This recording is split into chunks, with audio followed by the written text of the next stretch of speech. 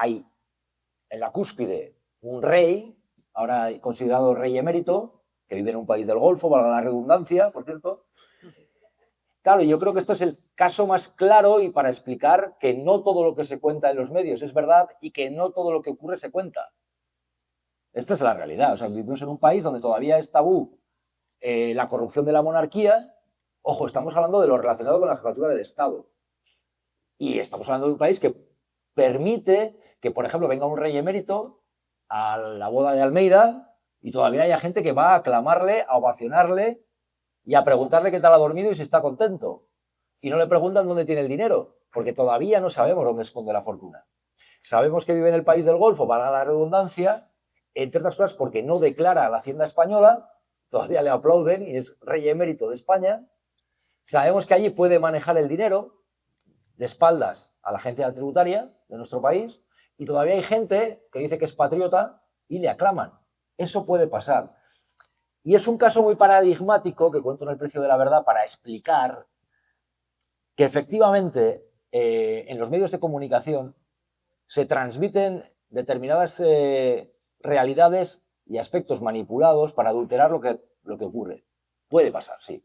No digo que todos los medios lo hagan, ni todos los periodistas, pero sabéis que vivimos en un país donde durante mucho tiempo, por ejemplo, en el caso este que estoy diciendo, el rey Juan Carlos era campechano, era ejemplar, la familia era modélica, aparecía el primero en las encuestas de valoración de los españoles, nos decían que tenías un problema en la carretera y aparecía con la moto y te echaba una mano. ¿Os acordáis de aquella leyenda que había? Nos contaban que era la persona más valorada y el ejemplo a seguir, una familia preciosa y todo esto, ¿no? Esto es lo que nos contaban. Tiempo después, cuando ya convino en cierta forma quitárselo del medio y poner al hijo, pues ya empezamos a saber una parte a raíz de, por ejemplo, la caída esta que tuvo en la cacería, porque ya sabéis que es cazador de todo tipo de piezas o variopintas. Sí, un cazador bastante, un depredador, ¿no? Un depredador. Claro, entonces, ¿qué pasó? Cuando se cae, no le van a tratar en la sanidad de allí, ¿no? La caída aquella que tuvo en Botswana. No, no, ¿dónde le van a traer? A la sanidad de España, que es mucho mejor. Era complicado ya esconder todo lo que llevaban escondiendo, porque es a donde iba. Realidades como esta, que arrastramos ya España, hay quien quiere olvidarlo, pero España no tiene tan atrás ni tan lejos una dictadura. Aquí hubo un régimen, hubo que pasar página, hubo quien tuvo que consentir que tenga familiares en las cunetas y ver cómo se siguen enriqueciendo y heredaron el dinero de la rapiña de aquellos que habían medrado y se habían corrompido con el golpismo. Eso sabemos que ha ocurrido. Hubo un capitalismo de amiguetes, hubo fusilamientos, hubo encarcelamientos, hubo represión, hubo gente que tuvo que tragar con que sus familiares siguieran en las cunetas y se pasó página de manera que aquellos que todavía se siguieron beneficiando de la rapiña de los familiares quedaran impunes. Ellos y sus y los herederos, ¿no? Claro, ¿qué ocurre? Fue el propio Franco el que pasa el testigo a Juan Carlos I de Borbón, al que formó también. Y hay una serie de aspectos que no han avanzado. Otros sí, sabemos que otros sí. Pero todo esto de la escopeta nacional, del capitalismo de amiguetes, del establishment, hereda mucho de aquellos tiempos. Entonces, ¿qué ocurre? Que, por ejemplo, se consideró inviolable al jefe del Estado. Hablar mal de la monarquía es absolutamente tabú en los medios. Veréis que pueden hablar de si la reina lleva zapato alto o bajo, si enseña más o menos la espalda, si cómo mira al rey, si lo mira bien, lo mira mal, si está más gorda, más delgada. De esto vais a ver muchas noticias, tanto en la prensa del colorín, como en la rosa, como en los programas de la tele. Pero abordar, por ejemplo, desde el punto de vista político, la jefatura del Estado, es decir, cuánto nos cuesta, qué patrimonio tienen, dónde tienen la fortuna, incluso debatir, ¿por qué no?, la forma del Estado. Eso difícilmente lo veréis. Entonces yo creo que da una muestra de que todavía hoy, con tanto tiempo que ha pasado, en los medios de comunicación, por mucho que os digan, no existe la total libertad. Y este ejemplo es incontestable. Es más, te puede ocurrir que en este país, si tú haces la pelota, que se lleva mucho, a la monarquía, tienes mucho ganado. Ganado, digo, de posibles, te van a llamar a las recepciones, si eres medianamente conocido, te van a pasar la mano por el lomo. Pero como oses contar asuntos delicados de la fortuna, de la corrupción, la mano no te la van a echar aquí, te la van a echar aquí. Te la pueden echar ahí perfectamente. Perfectamente, porque sigue siendo un tema tabú. Entonces es un ejemplo de lo que puede ocurrir. En el precio de la verdad, lo que cuento es que ahora mismo, y debéis saberlo, hay una guerra, hay una pugna total por el tema del relato, de lo que se cuenta y lo que no os llega. Hay medios de comunicación hoy en día, incluso con dinero público, que están contando mentiras a diario o que están ocultando realidades cada día. Y hay medios de comunicación que subsisten porque hay dinero público que llega a esos medios. Eso no os lo cuentan. Incluso puedo, y los pagáis vosotros, por cierto, que lo sepáis. O sea, el rey campechano no lo paga, pagáis vosotros. Eso no lo cuentan. Y tampoco sabemos, como cuento en el precio de la verdad, el reparto que se hace con ese dinero público a nivel estatal, autonómico, provincial o local. Que yo no estoy en contra del entretenimiento. Lo que denuncio es que cada vez hay menos programas con un sentido crítico para contar lo que nos pasa. Y que eso está muy relacionado con que se quiere evitar, primero hay jefes que no quieren problemas con los de arriba, porque los políticos llaman, que no quieren problemas con gente poderosa, con gente del dinero, porque llaman. Cuando aquí hemos oído, por ejemplo, a Florentino Pérez presumir en aquellos audios de quitar y poner a periodistas, ya está, se han retratado ellos. Cuando hemos oído a Ferreras con Villarejo y con el príncipe de las tinieblas, Mauricio Casals, jefe de Atresmedia, en aquellas grabaciones hablando de cómo estaban orquestando desinformación para destruir a políticos, ya están, han quedado retratados. ¿Habéis visto cómo se manejan? Esto es lo que hay. ¿Qué ocurre? ¿Quitan a Ferreras o quitan a Cintorilla el de Águeda? Viví una campaña de desinformación tremenda un día que sonó el teléfono en la redacción, dijeron que había una explosión, me fui para Atocha y me encontré con el pastel de los peores atentados de la historia de España, que fue el 11M.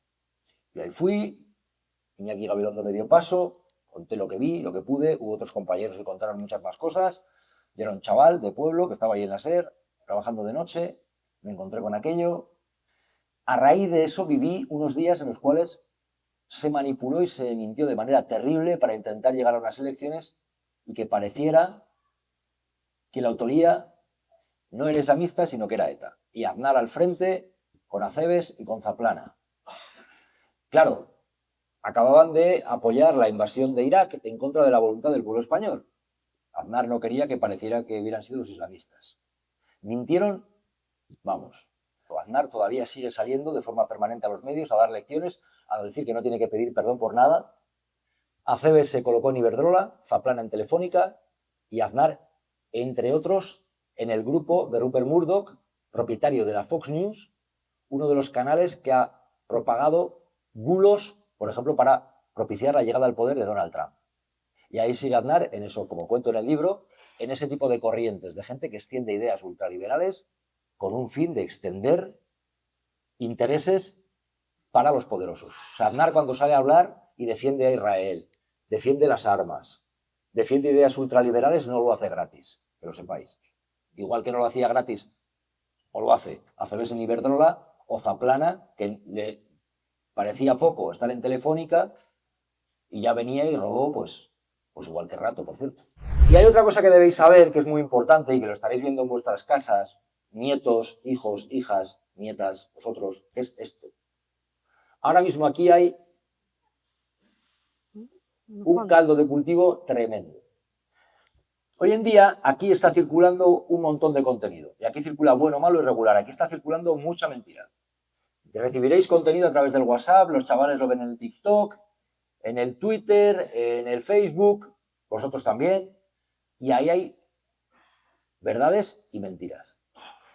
Yo cuento en el libro, hay empresas tecnológicas que están ganando muchísimo dinero, que están pronosticando ganar todavía más, por ejemplo, con la inteligencia artificial, y que tienen en su poder el llamado algoritmo, que hace que te llegue una información u otra, o que te llegue permanentemente una cantidad de bulos tremenda, y que voy a explicar de una manera, con un ejemplo que se va a entender perfectamente.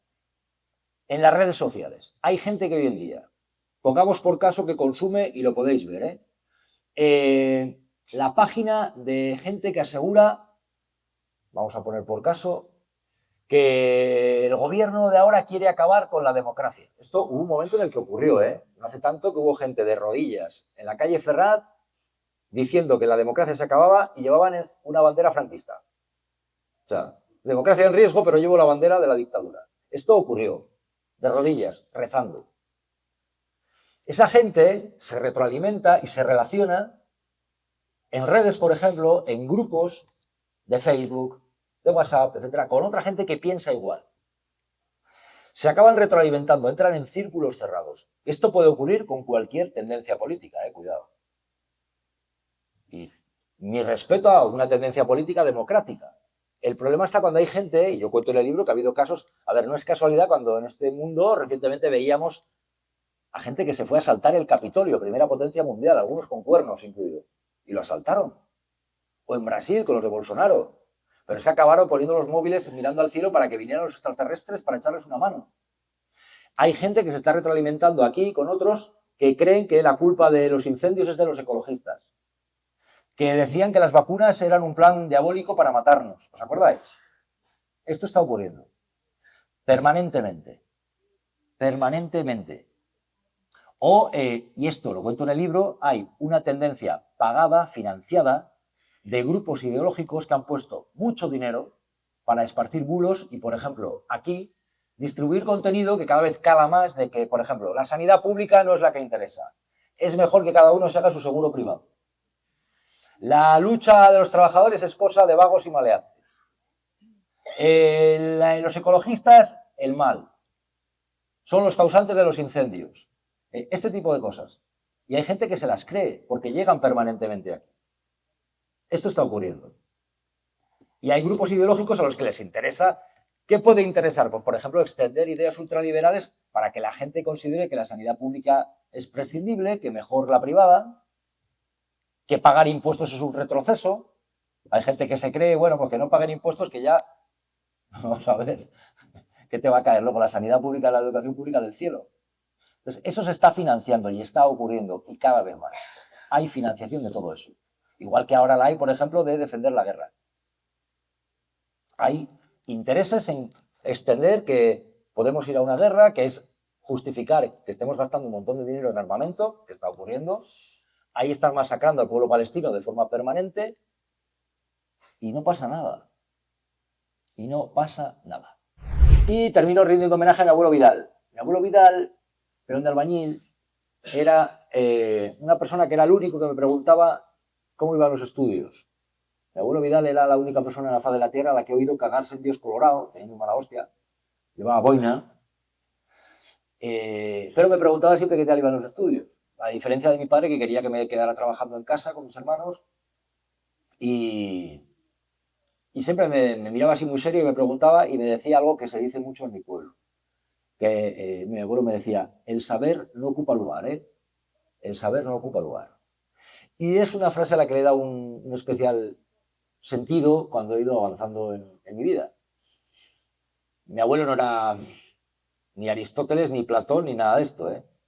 Pero esa frase tiene mucho contenido, porque de lo que me he dado cuenta con el tiempo es de que lo que quieren es precisamente que la gente no sepa. Aquellos que tienen la sartén por el mango, en un mundo que está lleno de desigualdades, donde los que están arriba cada vez tienen más y hay gente que soporta y traga con el hecho de no poder acceder a la sanidad pública con normalidad, porque tiene problemas con la lista de espera, gente que tiene problemas para llegar a fin de mes, etcétera, etcétera, quieren, no tengáis la mínima duda, un pueblo, pues eso, más sumiso, más conformista, más tirado en el sofá viendo programas de chismes, el fútbol, los toros y la misa de los domingos.